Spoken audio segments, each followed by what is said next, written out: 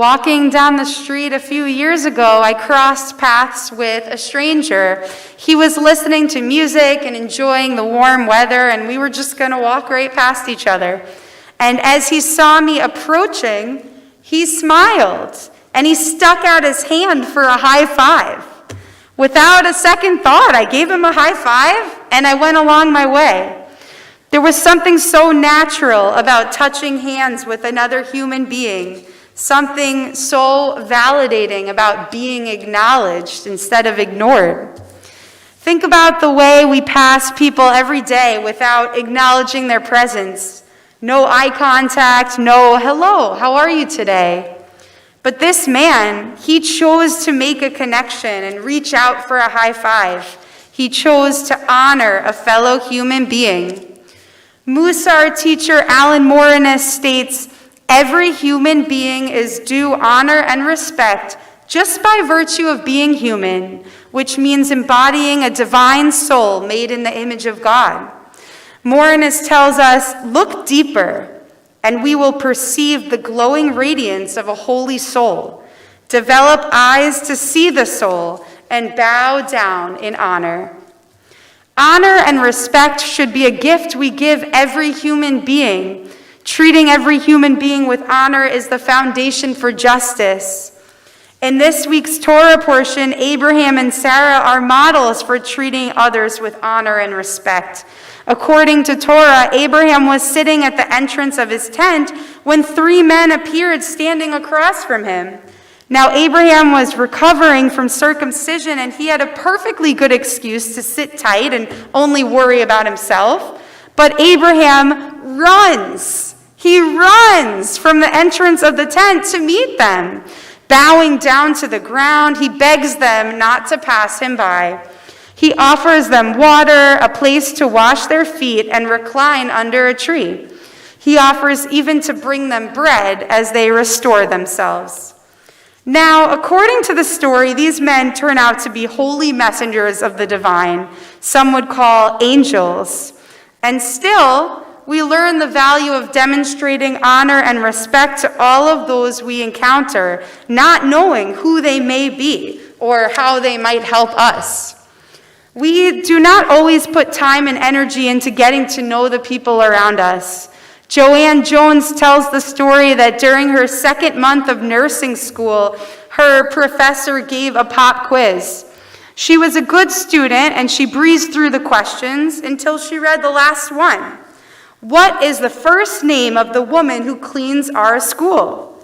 She had seen the woman several times. She was tall, dark-haired, and in her 50s, but she didn't know her name.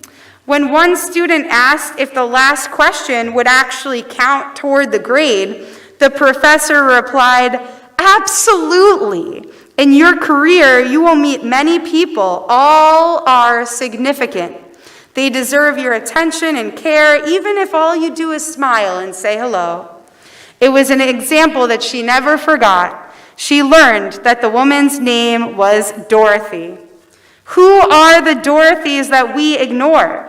Every single person we encounter has a story of their own. If only we would take time to hear it. When we pray the morning Kedoshah, we pray the words of Isaiah, Kadosh, Kadosh, Kadosh, Adonai Tzivaot, Melochol haaretz kevodo.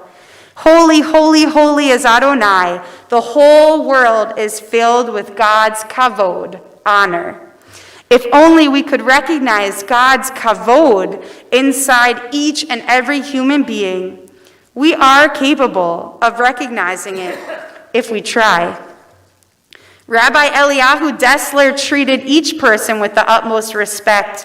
When his students came to visit him, he would welcome them and say, "What an honor that you came to visit me." He would take out silver cups of wine, and he would tell them, "I made this wine myself, and I only take it out for my most important visitors."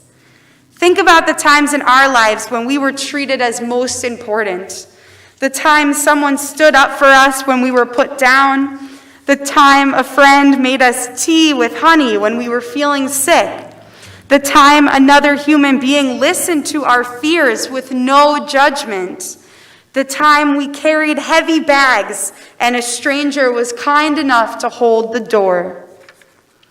We know how satisfying it feels to be treated with honor. Relationships based on honor are worth everything in this world. There is a story told about a devastating famine which brought great misery to Russia. One beggar was starving, desperate for food. He approached the novelist Leo Tolstoy and asked him for help. Tolstoy searched his pockets for money, but he couldn't find a single coin. He took the man's hand between his own and said, "Don't be angry with me, my brother. I have nothing with me." The man's face lit up, and he whispered, "But sir, you called me brother.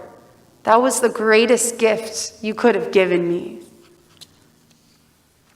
When we treat each of God's people as holy, we will become more humble, more compassionate human beings, and we may even experience God's presence around us. By creating a community where we celebrate each person's innate holiness, we will create a kinder, more peaceful world. We will heal one another and in turn work toward healing the world. And it may be as simple as a high five. Shabbat shalom.